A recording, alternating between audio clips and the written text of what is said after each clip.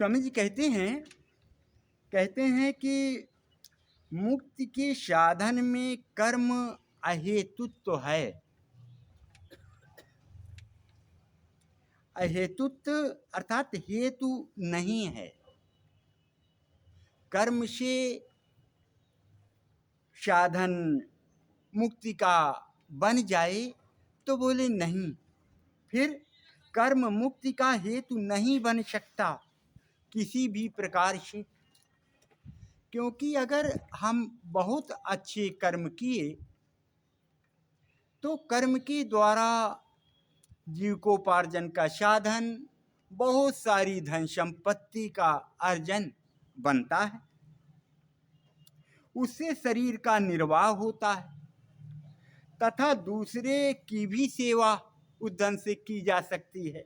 यही ना, यदि मनुष्य अधिक कर्मशील हुआ, बहुत ज्यादा कर्मठ हुआ, तो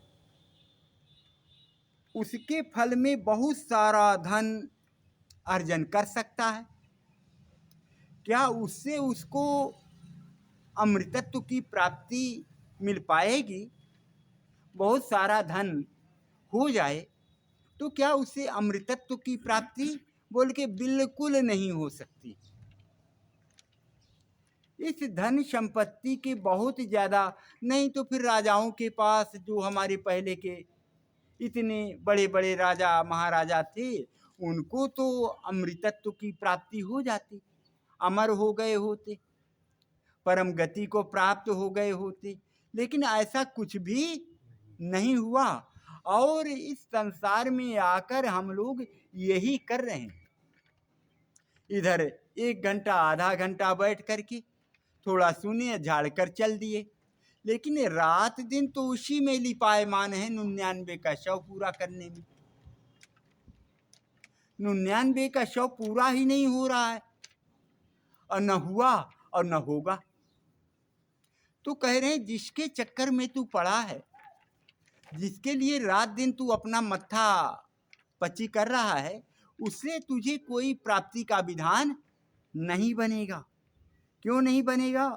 तो बोले आत्मज्ञानी यह विश्वास करता है, जो आत्मज्ञानी है, इस पथ के चलने वाले हैं, वो यह विश्वास करते हैं कि जिसे आत्मज्ञान हो गया, जिसको आत्मज्ञान हो गया और उसने समस्त अनात्म जड़ दृश्य का मोह छोड़ दिया, समस्त अनात्म जड़ दृश्य का मोह आसक्ति छोड़ दिया, तो जब उसका यह शरीर छूट जाएगा तब उसको दूसरा शरीर कभी भी धारण करना नहीं पड़ेगा।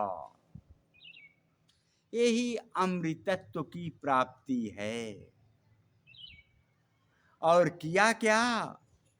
जो ज्ञानी है, आत्मज्ञानी है, वो केवल जड़ दृश्य का मोह छोड़ा, कर्म नहीं छोड़ा। कर्म कर रहे हैं, देखना, ध्यान देना, खा रहे हैं, पी रहे हैं, चल रहे हैं, उठ रहे हैं, बैठ रहे हैं, सो रहे हैं, बोल बतिया रहे हैं।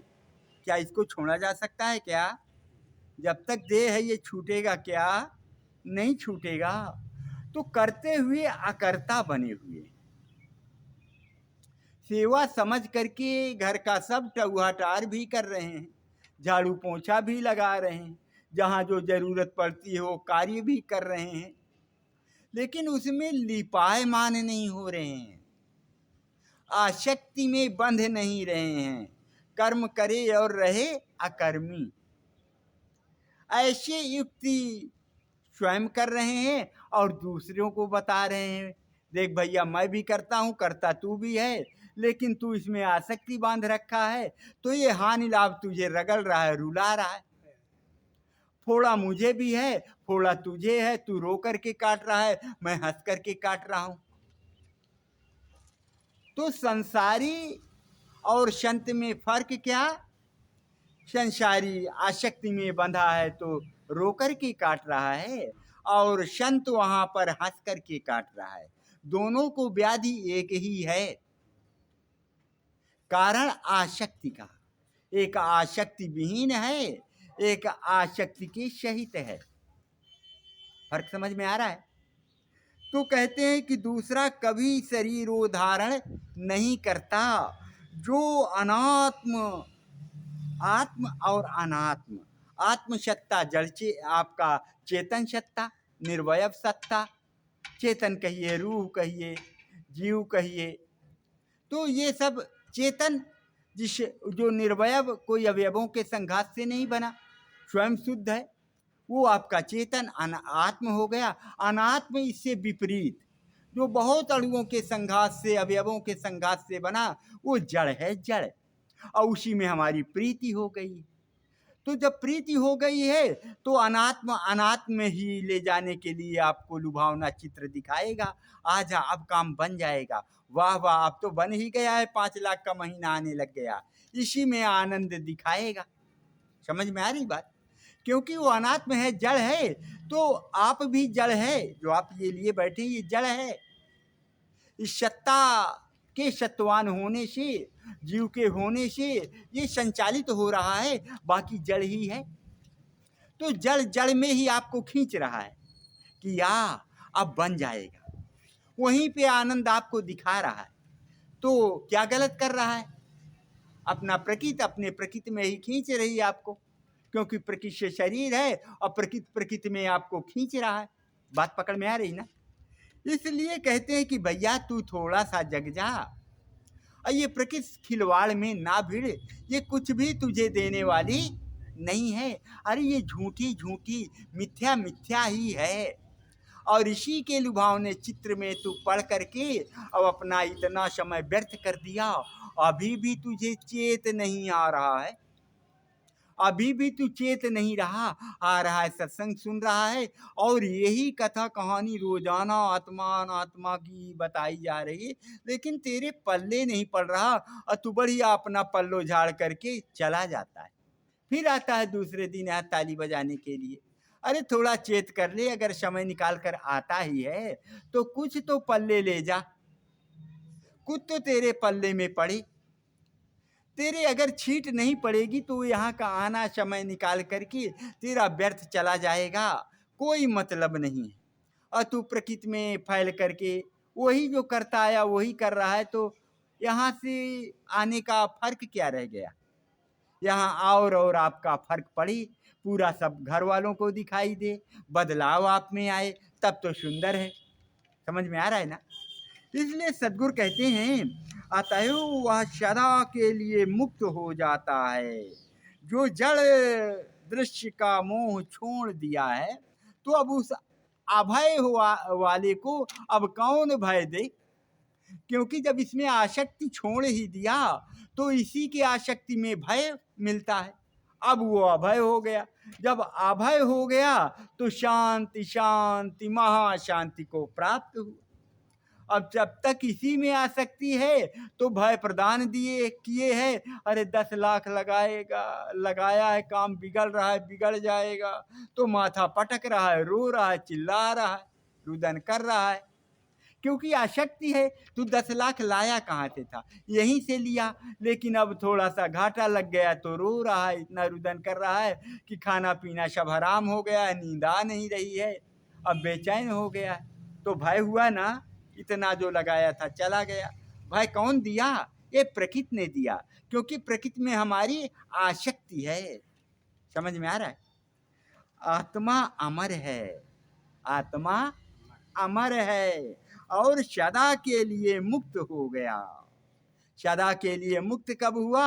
ये प्रकृति से जब तू अभय हो गया तो अब इसका मुक्त कैसा बना? दोबारा शरीर धारण न करना ही मुक्त हो गया।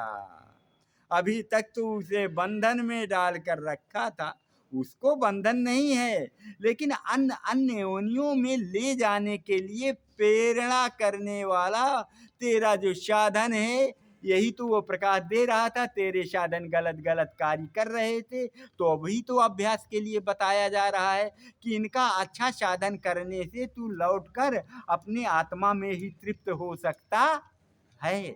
इसलिए साधन को अपना, जन्म मरण के भव सागर से पार होकर अमर अचल निर्विकार स्थित प्राप्त हो गई। क्या प्राप्त हुआ? अमर, जो कभी मरे ना, वही तो अमर। अमर कोई अमृत नहीं है पी लिए अमर हो गए, कोई पेय पदार्थ नहीं है। मरण धर्मा, जो मरने वाला ये शरीर, और जो न कभी मरे वो अमर अर्थात आत्मा। आत्मा ही अमर है। अचल, ये आने जाने वाला नहीं है, हिलने डुलने वाला नहीं है। जश का तस है, इसकी रहने का कुछ कहा नहीं जा सकता। वेदांत हार गए, उपनिषदें हार गई। यह कैसा है कहने बताने के लिए बोले, ये जैसा है वैसा ही है। इसको ना बहुत सूक्ष्म से सूक्ष्म, अति सूक्ष्म कहा जा सकता है, ना तो समुद्रवत कहा जा सकता है, ना तो आकाशवत कहा जा सकता है। इसमें कहना ही मिथ्या हो जाता है। इन इंद्रियों में कोई ऐसी ताकत नहीं है जो इसको कह सके कि ये ऐसा है। जैसे कहता है कि ऐसा है तो गाली देने जैसा है। बताए कि ये प्रभु ऐसा है तो गाली देने जैसा है। तो फिर कैसा है? वह जैसा है तैसा ही है। ये क्या है? अनिर्वचनीय। वचनों के शब्दों से इसको पिरोया नहीं जा सकता, वचनों से इसे बताया नहीं जा सकता कैसा है। इंद्रियां तीत है, इंद्रियों की पहुंच से परे है। समझ में आ रही बात? इसलिए बातों को कहने के लिए, समझाने के लिए ये सब बातें आती हैं। ऐसा है, ऐसा है, ऐसा है, समझाने के लिए। लेकिन वो जैसा है तैसा ही है, आपके कहने जैसा नहीं है।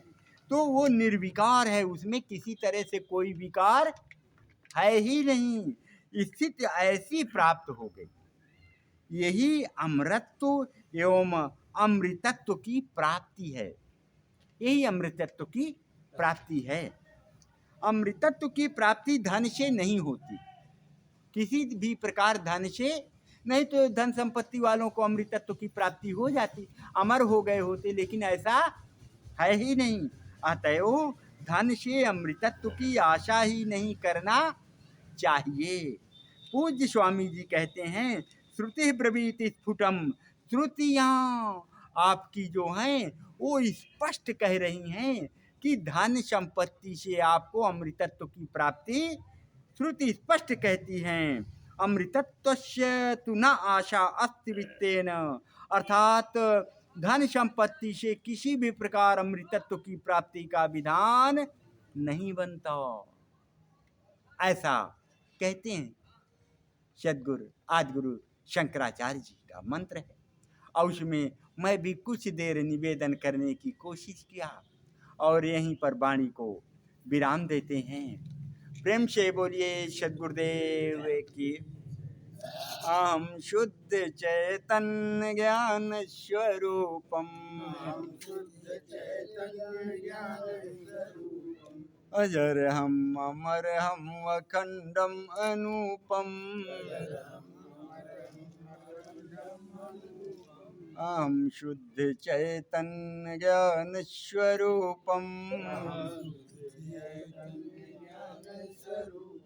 अजर हम अमर हम अखंडम अनूपम।